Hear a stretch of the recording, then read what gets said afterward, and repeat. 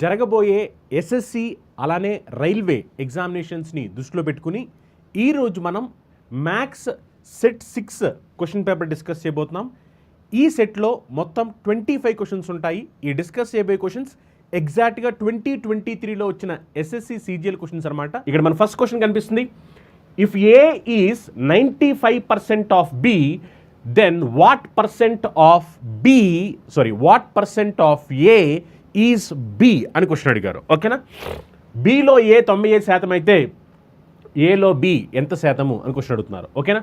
జాగ్రత్తగా ఈ క్వశ్చన్ని ప్రతి ఒక్క విద్యార్థి ఎవరైతే లైవ్లో ఉన్నారో మీరందరూ కూడా ఈ క్వశ్చన్కి ఆన్సర్ ఏమిటో కమెంట్ చేయండి. ఒకసారి చూడండి. ఏ ఈజ్ 95% ఆఫ్ బి, అవునా కదా? మరి ఏ ఈజ్ 95% ఆఫ్ బి అంటే ఇంతే కదా, ఏ ఈక్వల్ టు 95% ఆఫ్ బి, అవునా కదా? ఇప్పుడు మనకు తెలుసు 95% అంటే 95/100, అవునా కదా? అంటే ఏ ఈక్వల్ టు 95% ఆఫ్ బిని మనం ఏ ఈక్వల్ టు 95/100 ఇంటూ బి అని రాస్తాం. ఇప్పుడు సింప్లిఫై చేస్తే 5 టేబుల్ ఇక్కడ 19 టైమ్స్ పోయింది, 5 టేబుల్ ఇక్కడ 20 టైమ్స్ పోయింది. అంటే ఇప్పుడు ఇక్కడ ఏ బై బి ఈక్వల్ టు ఎంత అంటే 19/20, అవునా కదా? ఏ బై బి ఈక్వల్ టు 19/20 అంటే ఏ వాల్యూ ఏమో 19, బి వాల్యూ ఏమో 20. క్వశ్చన్లో ఏం అడిగారు? What percent of A is B అని అడిగారు. What percent of A is B అంటే మనం కనుక్కోవాల్సింది ఏమిటంటే బి బై ఏ ఇంటూ 100 కనుక్కోవాలి. అర్థమైందా? What percent of A is B అని అడిగారు అంటే మనం కనుక్కోవాల్సింది బి బై ఏ ఇంటూ 100 మనం కనుక్కోవాలి. చూడండి, ఏలో బి ఎంత శాతము అని అడిగారు, అందుకని మనం కనుక్కోవాల్సింది B by A into 100. B value ఎంత అంటే 20, ఏ వాల్యూ ఏమంతా 19 అంటే 20/19 ఇంటూ 100. ఇది ఒకసారి మనం సింప్లిఫై చేస్తే కనుక గమనించండి. సింప్లిఫై చేస్తే ఏమో చూడండి, 20 ఇంటూ 100 చేస్తే 2000/19. ఇప్పుడు చాలామంది అనవసరంగా సింప్లిఫై చేస్తారు. సింప్లిఫై చేయకుండా ఆప్షన్స్ని ఉపయోగించి ఆన్సర్ అని చెప్పొచ్చు. జాగ్రత్తగా గమనించండి. ఎప్పుడైతే మనం ఈ రెండు నెంబర్స్ని యాడ్ చేస్తామో ఎక్కడైతే మనకి 10 వచ్చుద్దో అది ఆన్సర్ అవుద్ది. ఇప్పుడు చూడండి, 0+3 చేస్తే 10 వచ్చుద్దా? కాదు, రాంగ్ ఆన్సర్. 4+3 చేస్తే 10 వచ్చుద్దా? రాదు, రాంగ్ ఆన్సర్. 8+7 చేస్తే 10 వచ్చుద్దా? రాదు, రాంగ్ ఆన్సర్. 5+5 చేస్తే 10 వచ్చుద్దా? 10 వచ్చుద్ది, ఇది ఆన్సర్ అవుద్ది. ఈ క్వశ్చన్ జాగ్రత్తగా గమనించండి. ప్రతి ఒక్కరు లైవ్లో ఉన్న విద్యార్థులు అందరూ కూడా జాగ్రత్తగా గమనించాలి. గమనించి ఆన్సర్ ఏమొస్తుందో గమనించాలి. The market price of mustard oil is 25% more than its cost price. At what percentage less than the market price should it be sold to have no profit, no loss? అర్థమైందా? వాళ్ళు ఏమంటున్నారు? వాళ్ళు ఆవాల నూనె దాని ధర కంటే 25% ఎక్కువ లాభం మరియు నష్టం లేకుండా గుర్తించిన ధర కంటే ఎంత శాతం తక్కువ విక్రయించాలి అని చెప్పంటున్నారు. అని ఇక్కడ ఏంటంటే ఇది 25% more than the cost price. ఏది? Market price 25% more than cost price. ఇప్పుడు ఏమంటారంటే మార్కెట్ ప్రైస్ కన్నా ఎంత పర్సెంట్ తక్కువకి అమ్మితే ప్రాఫిట్ ఉండదు, లాస్ ఉండదు అంటున్నారు. ఇప్పుడు జాగ్రత్తగా గమనించండి. జాగ్రత్తగా గమనిస్తే కనుక క్వశ్చన్ చెప్పిన దాని ప్రకారం మార్కెట్ ప్రైస్ అనేది కాస్ట్ ప్రైస్ కన్నా ఎంత ఎక్కువ? 25% ఎక్కువ. 25% అంటే ఫ్రాక్షన్లో 1/4, అవునా కదా? అంటే కాస్ట్ ప్రైస్ ఏమో 4 పార్ట్స్, మార్కెట్ ప్రైస్ ఏమో 5 పార్ట్స్, అవునా కదా? Cost price 4 parts, market price 5 parts. ఇప్పుడు క్వశ్చన్ ఏమంటున్నారంటే వాళ్ళు చెప్పింది మార్కెట్ ప్రైస్ కన్నా ఎంత పర్సెంటేజ్ తక్కువకి అమ్మితే, మార్కెట్ ప్రైస్ కన్నా ఎంత పర్సెంటేజ్ తక్కువకి అమ్మితే నో ప్రాఫిట్ నో లాస్ అంటున్నారు. ఇప్పుడు మార్కెట్ ప్రైస్ 5 పార్ట్స్, మరి లాస్ రాకూడదు అంటే కాస్ట్ ప్రైస్ 4 పార్ట్స్ కాబట్టి సెల్లింగ్ ప్రైస్ కూడా 4 పార్ట్సే అవ్వాలి, అవును కదా?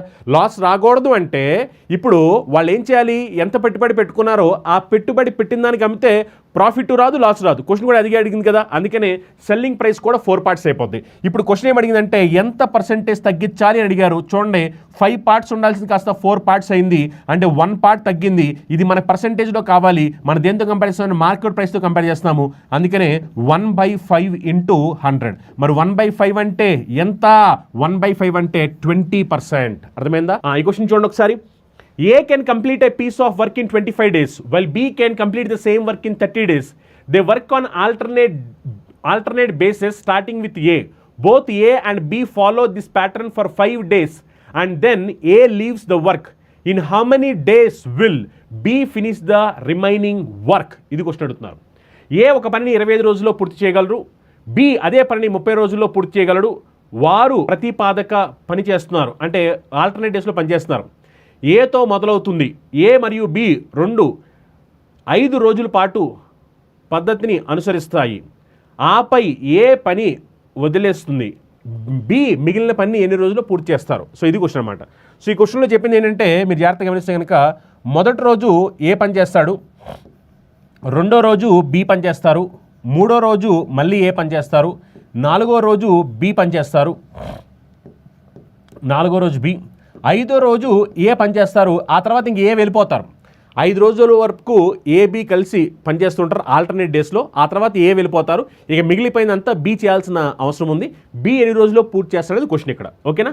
ఇప్పుడు జాగ్రత్తగా గమనించండి. ఇక్కడ మీరు జాగ్రత్తగా గమనిస్తే కనుక ఏ వర్క్ కంప్లీట్ చేయడానికి ఎన్ని డేస్ టైం తీసుకుంటాడు, ఏ వర్క్ కంప్లీట్ చేయడానికి ఎన్ని డేస్ టైం తీసుకుంటాడంటే 25 డేస్ టైం తీసుకుంటాడు. మరి బి అదే వర్క్ కంప్లీట్ చేయడానికి ఎన్ని డేస్ టైం తీసుకుంటాడు, 30 డేస్ టైం తీసుకుంటాడు. మరి నాకు టోటల్ వర్క్ ఏంటో తెలియదు, అందుకని ఇప్పుడు నేను ఎల్సిఎం తీసుకోవాలి. 25కి 30కి ఎల్సిఎం తీసుకోండి. ఎల్సిఎం తీసుకుంటే ఎంత అంటే 150, అవునా కదా? ఎల్సిఎం ఎంత 150. మరి జాగ్రత్తగా గమనిస్తే కనుక బి రోజుకి ఎన్ని యూనిట్లు వర్క్ చేస్తాడు, 5 యూనిట్లు వర్క్ చేస్తాడు. ఏ రోజుకి ఎన్ని యూనిట్లు వర్క్ చేస్తాడు, ఏ రోజుకి 6 యూనిట్లు వర్క్ చేస్తాడు, అవునా కదా? ఇప్పుడు జాగ్రత్తగా గమనిస్తే కనుక మీరు చూస్తే మొదటి రోజు ఎవరు చేస్తారు, ఏ చేస్తాడు, తర్వాత రోజు బి, అవునా కదా? అంటే మీరు జాగ్రత్తగా ఇక్కడ గమనిస్తే కనుక ఏ వచ్చేసరికి యూనిట్లు వర్క్ చేస్తాడంటే 6 యూనిట్స్ చేస్తాడు ఒక రోజులో, బి వచ్చేసరికి 5 యూనిట్స్, అంటే ఇద్దరు కలిపి 6 + 5 11 యూనిట్స్ వర్క్ చేస్తారు. ఇక్కడ మళ్ళీ ఇక్కడ కూడా ఇద్దరు కలిసి 6 + 5 11 యూనిట్స్ వర్క్ చేస్తారు. ఆ తర్వాత ఏ 5 రోజు పనిచేస్తాడు, ఏ ఒక్కడే చేస్తే 6 units.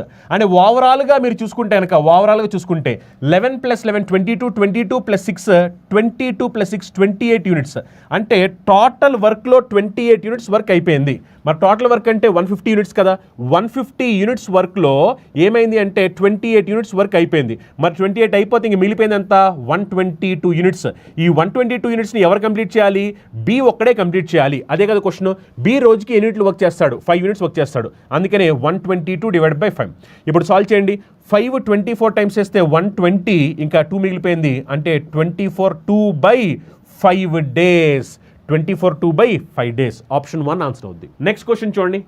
A part of his journey a person travels 120 km at 80 km/h, the next 100 km at 40 km/h, and comes back to the starting point at 75 km/h. The average speed of the person throughout the journey approximately is. So ఏమంటారంటే అప్రాక్సిమేట్గా ఆ journey time ఎంత అంటున్నారు.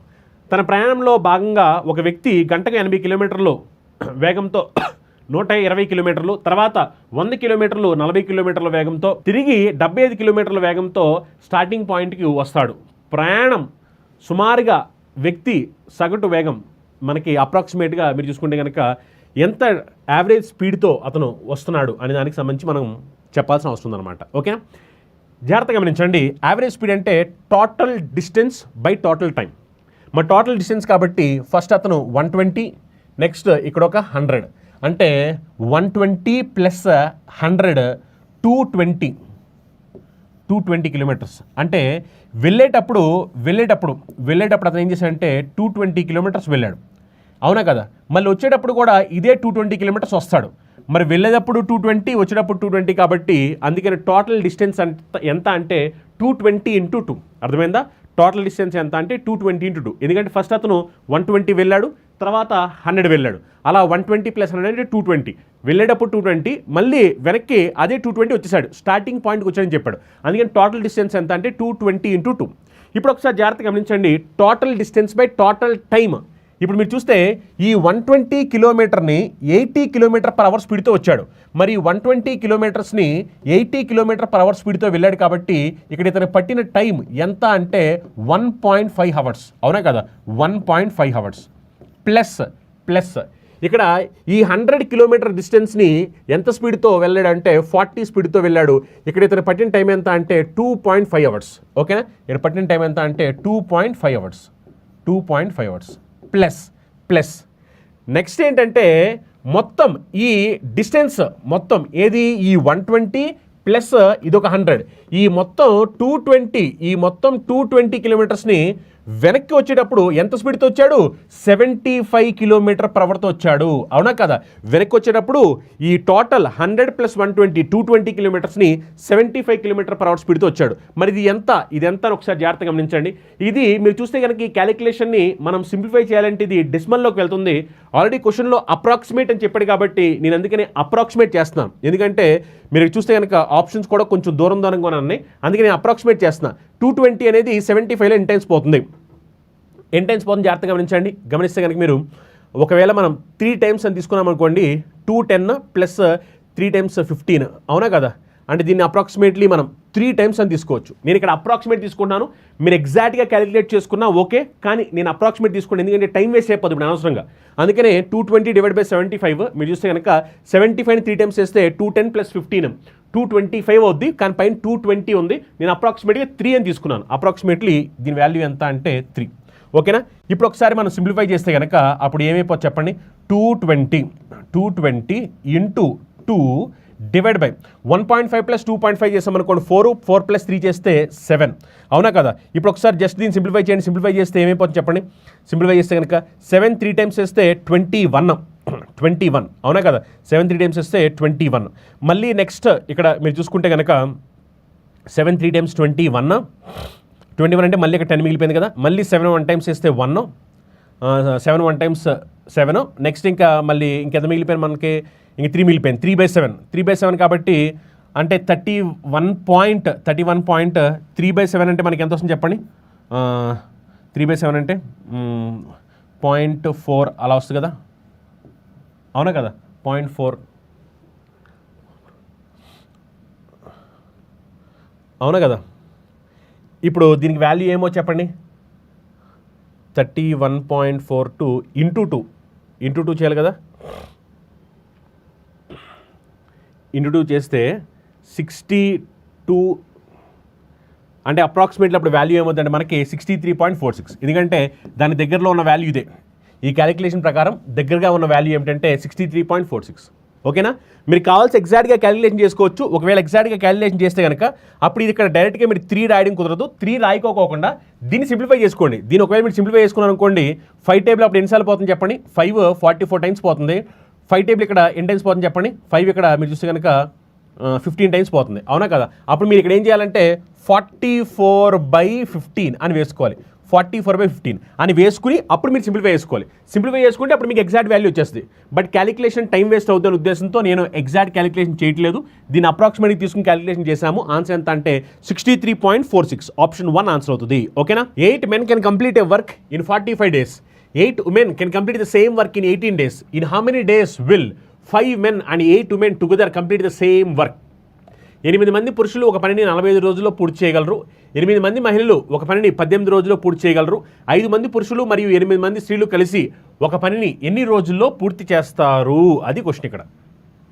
ఓకేనా? ఇప్పుడు జనరల్గా మీరు గమనించండి, ఇలాంటి క్వశ్చన్స్ ఇచ్చినప్పుడు ఏంటంటే ఫస్ట్ మనకి మెన్ ఉమెన్ ఎఫిషియన్సీ తెలియాలి. అందుకనే చూడండి, 8 men 45 days అంటే 1 డేలో ఎంతమంది మెన్ కావాలి, ఎంతమంది ఉమెన్ కావాలి అంటే మెన్ వచ్చేసరికి 8 × 45 కావాలి. అలానే ఉమెన్ అయితే కనుక మీరు చూస్తే కనుక 8 × 18 కావాలి. అర్థమైందా? ఇది మెన్, ఇది ఉమెన్. ఓకే, గమనించండి. ఇప్పుడు నేను క్యాలిక్యులేట్ చేసేది ఏమిటంటే జస్ట్ డేస్కి సంబంధించి రేషియో.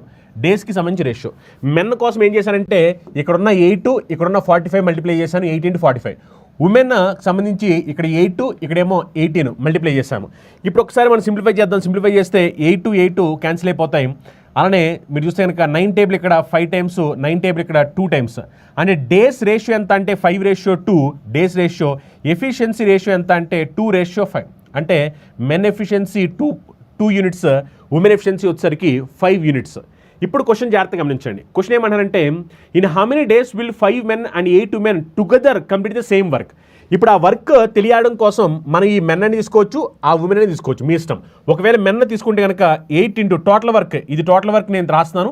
టోటల్ వర్క్ ఎంత అంటే 8 × మెన్ రోజుకి ఎన్ని యూనిట్లు చేస్తారు? మెన్ రోజుకి 2 యూనిట్స్ చేస్తారు. ఇంటూ అలా ఎన్ని రోజుల పాటు వర్క్ 45 days. అందుకనే టోటల్ వర్క్ ఎంత అంటే 8 × 2 × 45 ఇది టోటల్ వర్క్. ఈ టోటల్ వర్క్ని ఇప్పుడు ఎవరు చేయాలి అంటే 5 men 8 women చేయాలి. 5 men 8 women. మెన్ ఎఫిషియన్సీ 2 కాబట్టి 5 into 2 10 ప్లస్ ఉమెన్ ఎఫిషియన్సీ 5 కాబట్టి 8 into 5 40. అవునా కదా? మరి మొత్తం మీద మీరు చూసుకుంటే కనుక మీరు గమనించండి 10 + 40 అంటే ఇది ఎంత అయిపోతుంది అంటే 50 అవుతుంది. ఒక్కసారి దీన్ని సింప్లిఫై చేద్దాం. సింప్లిఫై చేస్తే 5 టేబుల్ ఇక్కడ 9 times పోయింది, 5 టేబుల్ ఇక్కడ 10 times పోయింది. నెక్స్ట్ మీరు చూస్తే కనుక 2 టేబుల్ ఇక్కడ మీరు చూస్తే కనుక 5 times పోయింది. ఇప్పుడు ఇంకా 8 9 times చేస్తే ఎంత? 8 9 times చేస్తే 72 డివైడెడ్ బై 5. మరి 72 డివైడెడ్ బై 5 కాబట్టి 5 14 times చేస్తే 70, ఇంకా మిగిలిపోయింది ఎంత అంటే 2/5. సో ఆన్సర్ ఎంత? 14 2/5 days. Next question 6 power 25 + 6 power 26 + 6 power 27 + 6 power 28 is divided by అంటే ఇది దేని చేత డివైడ్ అవుతుంది అని క్వశ్చన్ అడుగుతున్నమాట. ఓకేనా? ఇలాంటి క్వశ్చన్ ఇచ్చినప్పుడు ఆల్రెడీ మనం నేర్పించాము. ఏమనంటే ఈ పవర్లో ఉన్న వాటిలో స్మాలెస్ట్ నెంబర్ ఎంత అంటే 25. అందుకే ఇప్పుడు నేను 6 power 25ని కామన్ తీస్తున్నా. కామన్ తీస్తే ఏముంటుందంటే నాకు 1 మిగిలిపోద్ది, ప్లస్ ఇక్కడ ఏం మిగిలిపోద్ది అంటే ఇక్కడ 6 మిగిలిపోద్ది, ప్లస్ ఇక్కడ ఏం మిగిలిపోద్ది అంటే 6² అంటే 36, ప్లస్ ఇక్కడ ఏం మిగిలిపోద్ది అంటే 6³ అంటే 216. అవునా కదా? ఇప్పుడు ఒక్కసారి మనం దీన్ని సింప్లిఫై చేస్తే కనుక ఇదేమవుద్దంటే 6 power 25 ఇంటూ ఈ మొత్తాన్ని ఒకసారి మనం యాడ్ చేయండి. ఈ మొత్తాన్ని యాడ్ చేస్తే కనుక అప్పుడు మనకి ఏమొస్తుంది చెప్పండి? ఈ మొత్తాన్ని యాడ్ చేస్తే మనకి 259 వస్తుంది. 259. అవునా కదా? మరి ఎగ్జాక్ట్గా ఇది దేంట్లో డివిజిబుల్ అవబోతుంది అంటే ఇక్కడ మీరు గమనించవచ్చు. ఇది దేంట్లో డివిజిబుల్ అవబోతుంది అంటే 259లో డివిజిబుల్ అవబోతుంది. ఓకేనా? ఈ వాల్యూ దేంట్లో డివిజిబుల్ అవబోతుంది అంటే ఇక్కడ ఉన్న ఆప్షన్స్లో 259లో డివిజిబుల్ అయిపోతుంది. నెక్స్ట్ క్వశ్చన్ చూడండి. Study the given table and answer the questions that follow. The table shown the classification of 100 students based on the marks obtained by them in history and geography in an examination. So history జోగ్రఫీలో వాళ్ళకి ఎన్ని marks వచ్చాయనే దానికి సంబంధించి ఇక్కడ analysis ఇవ్వడం జరిగిందనమాట. ఒక్కసారి నేను మీకు ఏం చేస్తానంటే ఈ గ్రాఫ్ కొంచెం ఒకసారి పెద్ద చేస్తున్నాను.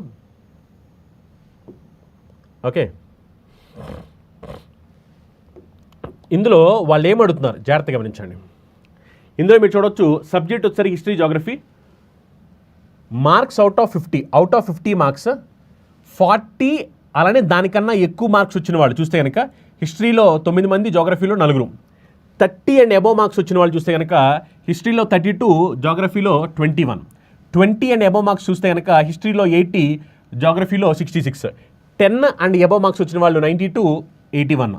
0 and above అంటే ఆటోమేటిక్గా అందరూ కౌంట్ అయిపోతారు. ఓకేనా? ఇప్పుడు క్వశ్చన్ ఏమడుతున్నారు అసలు చూడండి. క్వశ్చన్ ఏమడుతున్నారంటే based on the table what is the number of students scoring less than 20% marks in aggregate. అంటే ఎంతమంది students 20% scoring 20% marks 20% less than 20% marks in aggregate. అంటే ఓవరాల్ అగ్రిగేట్ 20% తక్కువ వచ్చిన స్టూడెంట్స్ ఎంతమంది అంటున్నారు.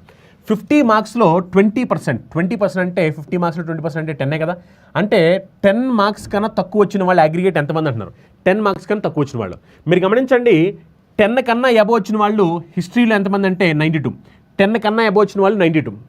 అవునా కదా? 10 కన్నా అబవ్ వచ్చిన వాళ్ళు 92. ఇప్పుడు మీరు గమనిస్తే కనుక 0 and above 100. అవునా కదా? మరి 10 కన్నా అబవ్ వచ్చిన వాళ్ళు అంటే 10 కన్నా అబవ్ వచ్చిన వాళ్ళు 92 అంటే ఈ రెండు మళ్ళీ డిఫరెన్స్ ఎంత అంటే 8. అవునా కదా? అంటే 10 కన్నా బిలో వచ్చిన వాళ్ళు 8 మెంబర్స్ ఉన్నారు.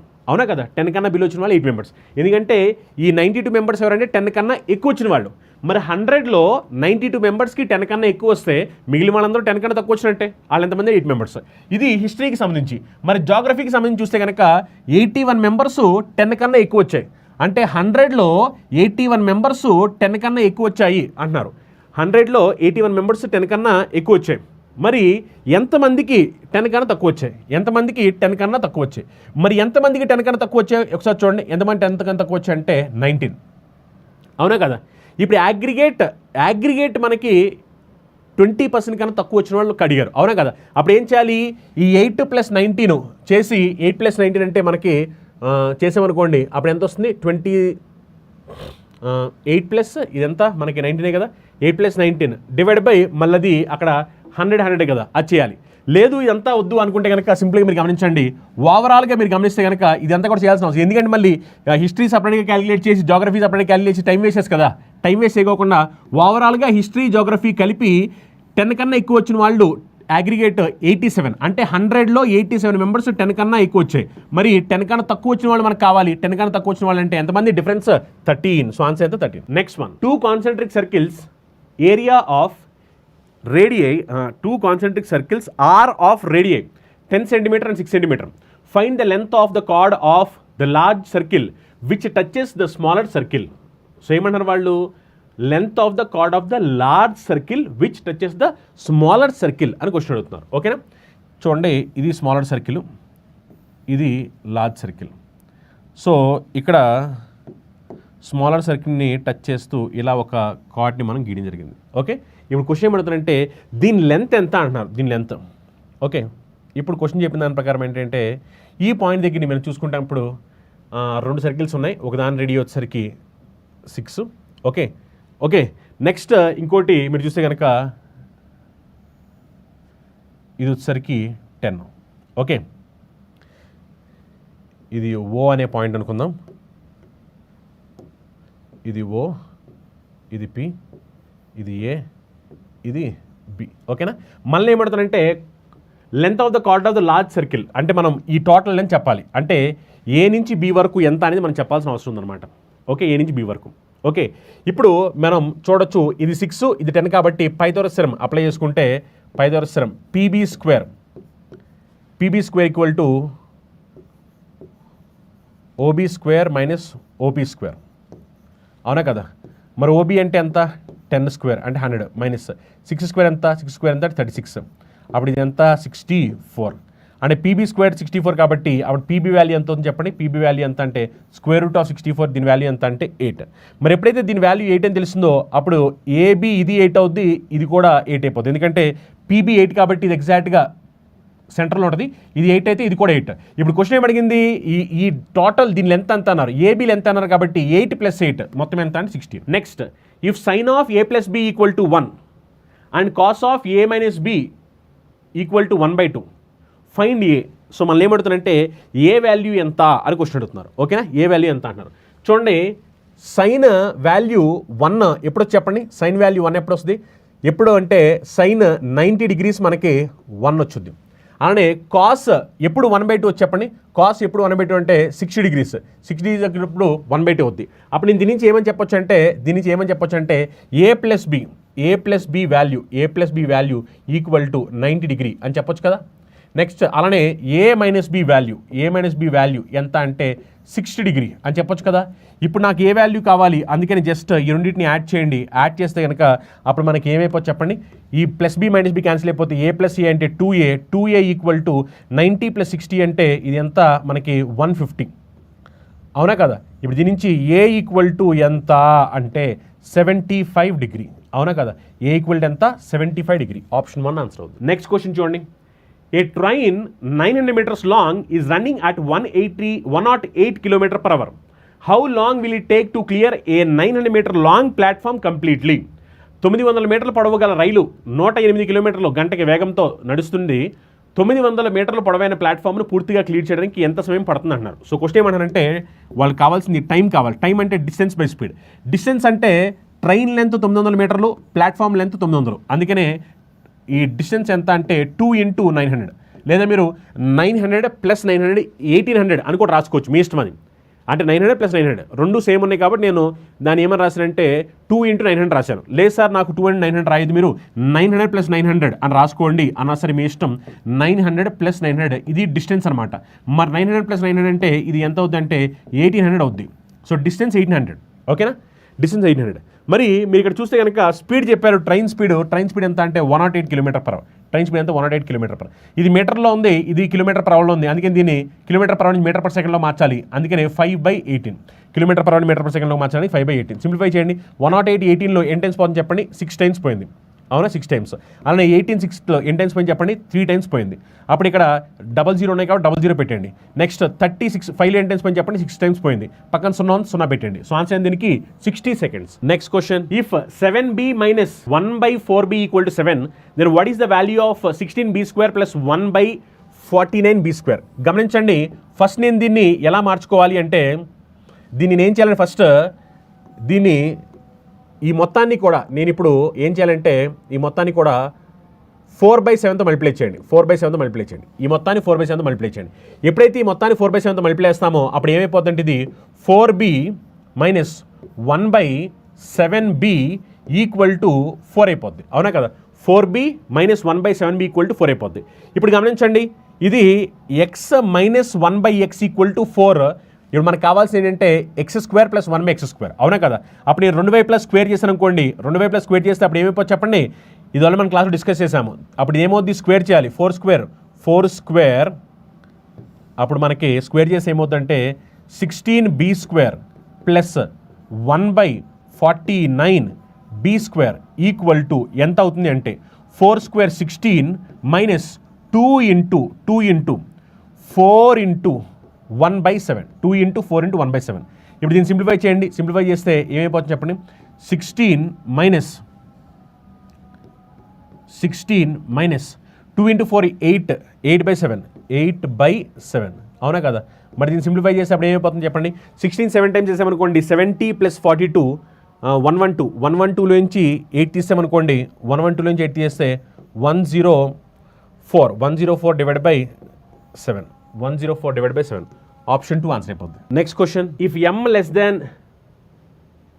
c equal to m less than z and ac equal to xz, which of the following condition is necessary for triangle ABC and triangle XYZ to be congruent? So వాళ్ళు చెప్పింది ఏంటంటే triangle ABC. అవునా కదా? Triangle ABC. Next అలానే triangle XYZ. Triangle XYZ. Okay, triangle ABC, triangle XYZ అని చెప్తున్నారు. So ఏమన్నారంటే వీళ్ళు కాంగ్రెంట్ అని చెప్పంటున్నారు. అవునా కదా? సో ఇది కాంగ్రెంట్ అవ్వాలి అంటే ఏ కండిషన్ ఇక్కడ which of the following condition is necessary అని చెప్పంటున్నారు. మరి నెససరీ కండిషన్ ఏంటంటే గమనించండి, బీసీ, ఈ బీసీ వాల్యూ అనేది వైజెడ్ వాల్యూకి ఈక్వల్ అవ్వాలి. BC equal to YZ. ఓకేనా? ఇక నెససరీ కండిషన్ ఏమిటి అంటే బీసీ ఈక్వల్ టు వైజెడ్. ఓకేనా? Next one. In the given figure PAB is a secant and PT is a tangent to the circle from P. If PT equal to 8 cm, PA equal to 6 cm, then and AB equal to x cm, then what is the value of x? So ఇక్కడ ఏమంటుందంటే వాళ్ళు x value ఏమిటి అంటున్నారు. x value. So ఇది చేయాలంటే మనకు first ఇక్కడ ఒక కండిషన్ తెలియాలి. అదేమిటి అంటే PT square equal to PA into PB. అర్థమైందా? ఇది మనం తెలియాల్సిన కండిషన్ ఏంటంటే PT square equal to PA into PB. PT అంటే ఎంత? 8 స్క్వేర్ అంటే ఎంత? ఇది 64 ఈక్వల్ టు PA అంటే ఎంత? 6 ఇంటూ PB అంటే ఎంత? PB అంటే ఇక్కడి నుంచి ఇక్కడ వరకు. PB అంటే ఇక్కడి నుంచి ఇక్కడ వరకు. అప్పుడు ఏమవుతుందంటే 6 ప్లస్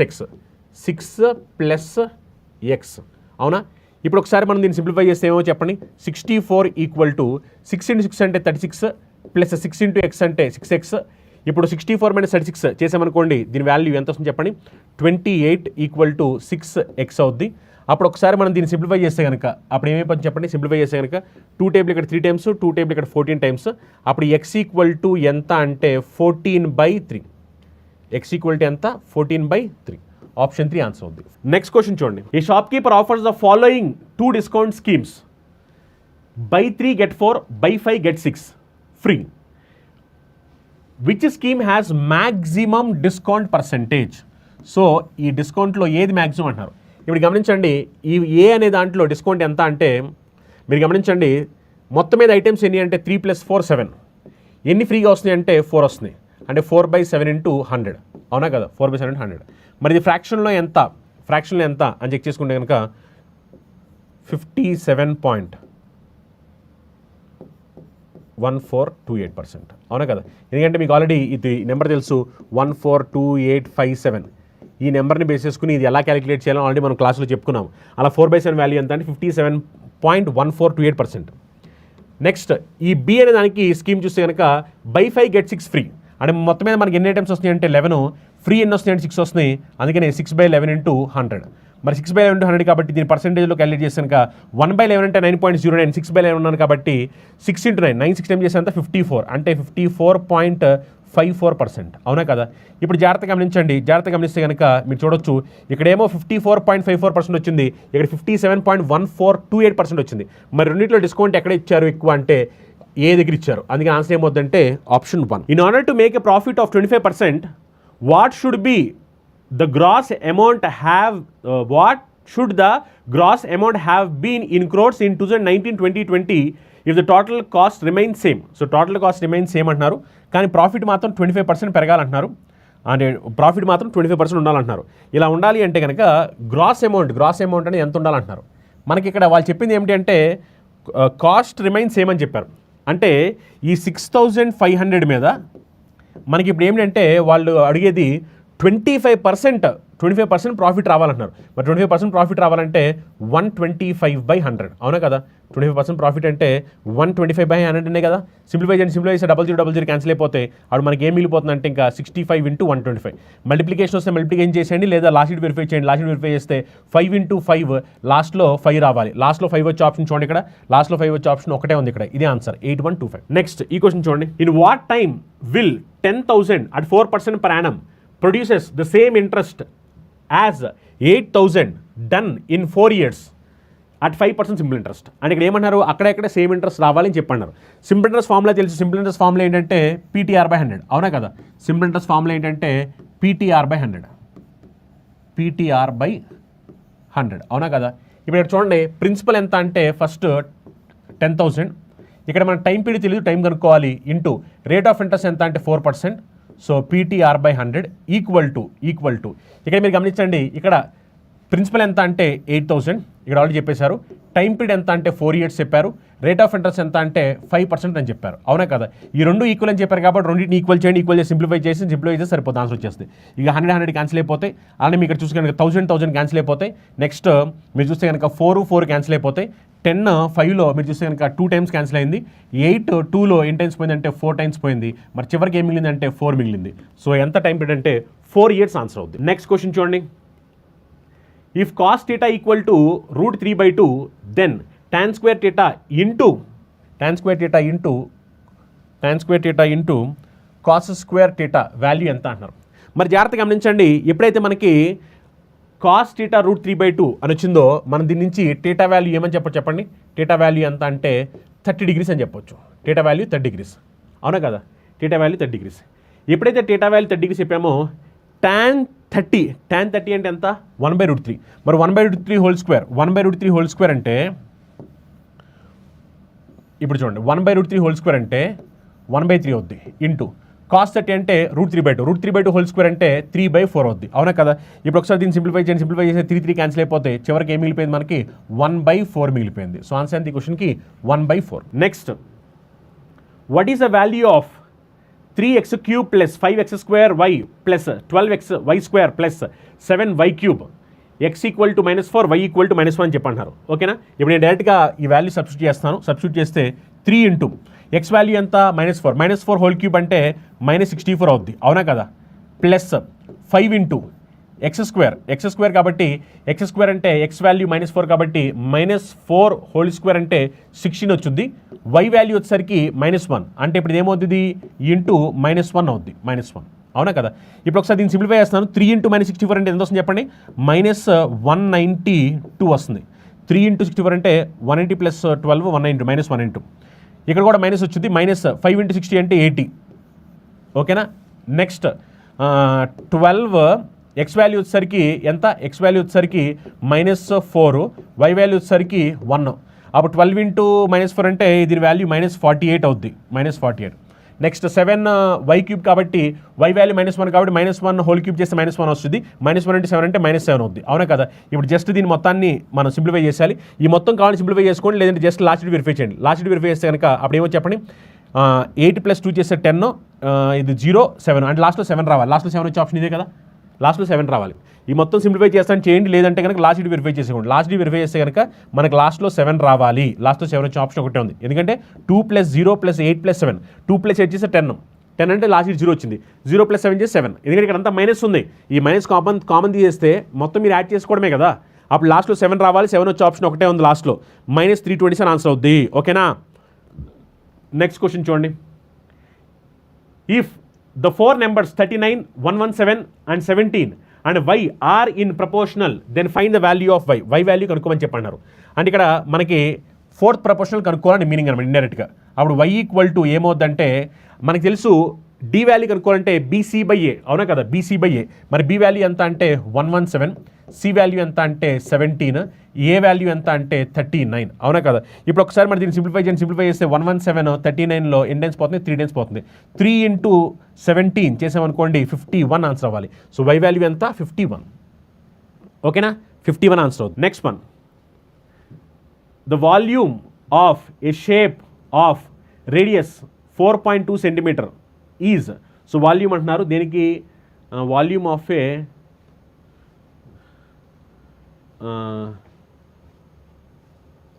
స్పీర్ అనుకుంటుంది, సరి చేసుకోండి.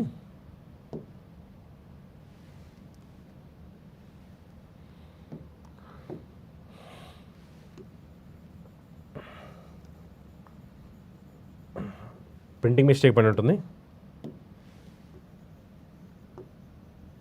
వాల్యూమ్ ఆఫ్ ఎ స్పియర్, అప్పుడు మన ఫార్ములా ఏమో చెప్పండి, 4/3 πr క్యూబ్, 4/3 πr3, అవునా కదా వాల్యూమ్ ఫార్ములా. అప్పుడు ఏమైపోద్ది 4/3 ఇంటూ పై వాల్యూ ఎంత 22/7 ఇంటూ ఆర్ వాల్యూ ఎంత 4.2, అందుకని 4.2 ఇంటూ 4.2 ఇంటూ 4.2, అవునా కదా. ఇప్పుడు ఒకసారి మనం సింప్లిఫై చేస్తే కనుక చూడండి, ఒకసారి సింప్లిఫై చేస్తే 4.2 7లో ఎన్ని టైమ్స్ పోయింది చెప్పండి, 0.6 టైమ్స్ పోయింది, అవునా కదా. నెక్స్ట్ మీరు చూసుకోండి 0.6 3లో ఎన్ని టైమ్స్ పోయింది చెప్పండి, 0.2 టైమ్స్ పోయింది, అవునా కదా, 0.2 టైమ్స్ పోయింది, అవునా. ఇప్పుడు మీరు చూస్తే కనుక మిగిలిపోయింది ఏంటంటే 4 × 22 × 0.2 × 4.2 × 4.2. ఇప్పుడు ఈ మొత్తం మనం మల్టిప్లికేషన్ చేయాలా అంటే ఎగ్జామినేషన్లో చాలా టైం వేస్ట్ అయిపోద్ది. లాస్ట్ షీట్ వెరిఫికేషన్ చేద్దామంటే లాస్ట్ షీట్ ఏమో 4 4 4 3 5 ఉంది, లాస్ట్ వెరిఫికేషన్ కష్టం. అందుకే ఏం చేస్తాను నేను డిజిటల్ సమ్ చేస్తాను. డిజిటల్ సమ్ చేస్తే కనుక ఇక్కడ డిజిటల్ సమ్ ఎంత అంటే 4 ఇంటూ 2 + 2 అంటే 4 ఇంటూ ఇక్కడ 2 ఇంటూ 4 + 2 అంటే 6 ఇంటూ 4 + 2 అంటే 6. ఇప్పుడు ఈ మొత్తాన్ని డిజిటల్ సమ్ మల్టిప్లై చేయాలి. మల్టిప్లై చేస్తే 6 × 6 36, 36 అంటే 3 + 6 9, 9 ఏ నెంబర్తో మల్టిప్లై చేస్తే డిజిటల్ సమ్ 9 వచ్చింది. అది ఆల్రెడీ మనకు తెలుసు కదా, ఇదే కదా. మీరు కావాలి మొత్తం మల్టిప్లై చేసుకోవచ్చు. ఇక్కడ ఏం చేశారంటే ఇది మొత్తం సింప్లిఫై చేస్తే 6 × 6 36 కదా, 36 అంటే మళ్ళీ 3 + 6 9, 9 × 2 18, 8 అంటే మళ్ళీ 1 + 8 9. ఇలా నేను చేసుకుంటూ వెళ్తా ఉంటే నేను 9ని ఏ నెంబర్తో మల్టిప్లై చేసిన డిజిటల్ సమ్ 9 వచ్చింది కాబట్టి ఈ మొత్తం సింప్లిఫై చేస్తే డిజిటల్ సమ్ 9 వచ్చింది. మరి డిజిటల్ సమ్ 9 వచ్చింది కాబట్టి ఆప్షన్లో డిజిటల్ సమ్ 9 ఏదొస్తే అది ఆన్సర్ అవుతుంది. ఆప్షన్లో డిజిటల్ సమ్ 9 చూడండి ఒకసారి, 2 + 7 చేస్తే 9 పక్కన పెట్టండి. నెక్స్ట్ మీరు గమనిస్తే కనుక 2 + 3 + 4 చేస్తే 9 పక్కన పెట్టండి. ఇది ఏమొచ్చిందంటే 8 వచ్చింది, కానీ నాకు కావాల్సింది 9, అంటే ఆప్షన్ 1 రాంగ్ ఆన్సర్ అయిపోద్ది. నెక్స్ట్ 9 పక్కన పెట్టండి, 2 + 7 9 పక్కన పెట్టండి. నెక్స్ట్ చూస్తే కనుక 8 + 2 + 4 చేస్తే 14 అంటే 5 వస్తుంది, కానీ మనకు కావాల్సింది ఎంత అంటే 9, ఇది కూడా రాంగ్ ఆన్సర్ అయిపోద్ది. నెక్స్ట్ మీరు చూస్తే 2 + 7 9. నెక్స్ట్ ఇక్కడ గమనిస్తే కనుక మీరు చూడండి ఒకసారి 5 + 3 + 1 అంటే 9, ఇక్కడ డిజిటల్ సమ్ దీని 2 వచ్చింది, కానీ మనకు కావాల్సింది 9, అంటే ఇది కూడా రాంగ్ ఆన్సర్ అయిపోద్ది.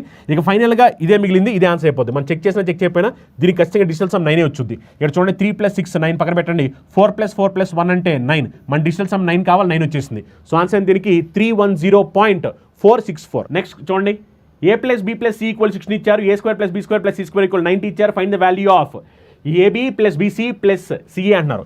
మనందరికీ తెలుసు a + b + c whole square, a + b + c whole square formula ఏంటంటే a² + b² + c² plus 2 common తీస్తే ab + bc + ca, అవునా కదా.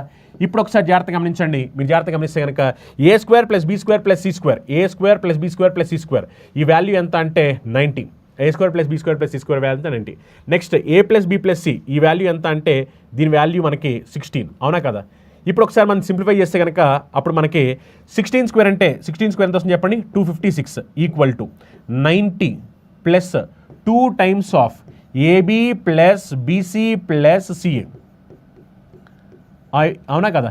ఇప్పుడు ఒకసారి చూడండి 256 - 90 చేసామనుకోండి, 256 - 90 చేస్తే అప్పుడు మనకి ఎంత వస్తుంది చెప్పండి, 256 - 90 చేస్తే అప్పుడు మనకి ఇది 256 - 90 చేస్తే 266 వస్తుంది. 266 = 2 times of ab + bc + ca, అవునా కదా. సారీ 266 ఏంటి, 166 కదా, అవునా కదా, 166 వస్తుంది. ఇప్పుడు ఒకసారి సింప్లిఫై చేయండి. 166 2 ఎన్ని టైమ్స్ పోయింది చెప్పండి, 83 టైమ్స్ పోయింది. అంటే ab + bc + ca value, ab + bc + ca value ఎంత వచ్చింది, 83 వచ్చింది, అవునా కదా. ab + bc + ca value 83. Next question చూడండి, if 3 sin theta minus cos theta divided by cos theta plus sin theta equal to 1, then value of cot theta అంటున్నారు. Simple, దీన్ని just simplify చేసేయండి. Simplify చేస్తే ఏమైపోతుంది చెప్పండి, 3 sin theta minus cos theta equal to cos theta plus sin theta. అవునా కదా, cos theta plus sin theta. ఇప్పుడు simplify చేసి ఏమవుతుందంటే ఈ సైన్ డీటా అవతలకి వచ్చేస్తే మైనస్ అయిపోద్ది. అప్పుడు 3 sin theta minus sin theta అంటే 2 sin theta అయిపోద్ది. ఈ కాస్ theta అవతలకి వెళ్ళిపోతే ప్లస్ అయిపోద్ది. cos theta plus cos theta అంటే 2 cos theta అయిపోద్ది. అవునా కదా, ఇప్పుడు మనం నేను సింప్లిఫై చేసాం అనుకోండి, అప్పుడు ఏమైపోతుంది చెప్పండి, ఈ 2 క్యాన్సిల్ అయిపోతే అప్పుడు cos theta by sin theta equal to ఎంత అంటే 1 వచ్చింది. మరి cos theta by sin theta అంటే దాని మీనింగ్ ఏంటి, cot theta. అంటే cot theta వాల్యూ ఎంత వచ్చింది, cot theta వాల్యూ 1. అవునా, సో ఈ క్వశ్చన్ ఆన్సర్ ఎంత, 1. ఇక్కడ చూడండి, 2 runners Soni and Monu start running on a circular track length 200 meters at a speed of 18 and 24 km/h respectively in the same direction. After how much time from the start they meet again at the starting point? ఇద్దరు రన్నర్లు సోను మరియు మోను ఒకే దిశలో వరుసగా 18 మరియు 24 కిలోమీటర్ల గంటకు వేగంతో 200 మీటర్ల పొడవు గల వృత్తాకార ట్రాక్పై పరుగులు ప్రారంభించారు. ప్రారంభం నుండి ఎంత సమయం తర్వాత వారు మళ్ళీ ప్రారంభ స్థానం వద్ద కలుస్తారు అని చెప్పంటున్నారు. ఓకే, సో ఇది ఒక సర్క్యులర్ ట్రాక్. ఈ సర్క్యులర్ ట్రాక్ వచ్చేసరికి 200 meters అని చెప్పంటున్నారు. ఓకే, మన క్వశ్చన్ ఏంటంటే వాళ్ళు ఏ టైం తర్వాత కలుస్తారు అంటున్నారు. టైం అంటే nothing but distance by speed. Speed అన్నప్పుడు రిలేటివ్ స్పీడ్ అన్నప్పుడు ఇద్దరు సేమ్ డైరెక్షన్లో వెళ్తున్నారు కాబట్టి స్పీడ్ ఏమవుతుందంటే డిఫరెన్స్ 18-24 డిఫరెన్స్ ఎంత అంటే 6. అంటే ఇది 6 పైన మీటర్స్లో ఉంది, ఇదేమో కిలోమీటర్ పర్ అవర్ ఉంది. కిలోమీటర్ పర్ అవర్లో ఉంది కాబట్టి దీన్ని మీటర్ పర్ సెకండ్లో మార్చాలి. మీటర్ పర్ సెకండ్లో మార్చే కనుక ఇంటూ 5/18. ఒక్కసారి దీని కనుక మనం సింప్లిఫై చేసే కనుక 18 6లో ఎన్ని టైమ్స్ పోయింది, 3 times పోయింది. 205లో ఎన్ని టైమ్స్ పోయింది చెప్పండి, ఎన్ని టైమ్స్ పోయింది అంటే 40 times పోయింది. 40 into 3 అంటే 120. సో టైం ఎంత అంటే 120 seconds. అర్థమైందా? నెక్స్ట్ క్వశ్చన్ చూడండి, what will be the reminder when 265⁴081 + 9 is divided by 266. ఇక్కడ క్వశ్చన్ ఏమంటే 265⁴081 + 9 డివైడ్ బై 266. అప్పుడు రిమైండర్ ఎంత వస్తుంది అంటున్నారు. ఇక్కడ గమనించండి, మీరు నీట్గా 265 డివైడ్ బై 260 చేస్తే రిమైండర్ అని చెప్పండి -1. -1 power odd number. -1 power odd number అంటే అప్పుడు ఏమొచ్చుద్ది మనకి, -1 వచ్చుద్ది. అవునా కదా, -1 పవర్ ఈవెన్ నెంబర్ అయితే కనుక +1 వచ్చుద్ది. కానీ -1 పవర్ ఆడ్ నెంబర్ కదా, ఈ 265 కన్నా 1 తక్కువైంది, అందుకని -1 రాసాము. -1 పవర్ ఆడ్ అయితే -1 వచ్చుద్ది. ప్లస్ 9/266. 9/266 అంటే రిమైండర్ ఎంత, 9. -1 + 9 అంటే ఎంత వస్తుంది, అప్పుడు 8 వస్తుంది. అంటే రిమైండర్ ఎంత వచ్చింది మనకి, 8 వచ్చింది. అర్థమైందా? సో ఈ క్వశ్చన్ ఆన్సర్ ఎంత, 8. Yes, option 1 8 is right answer.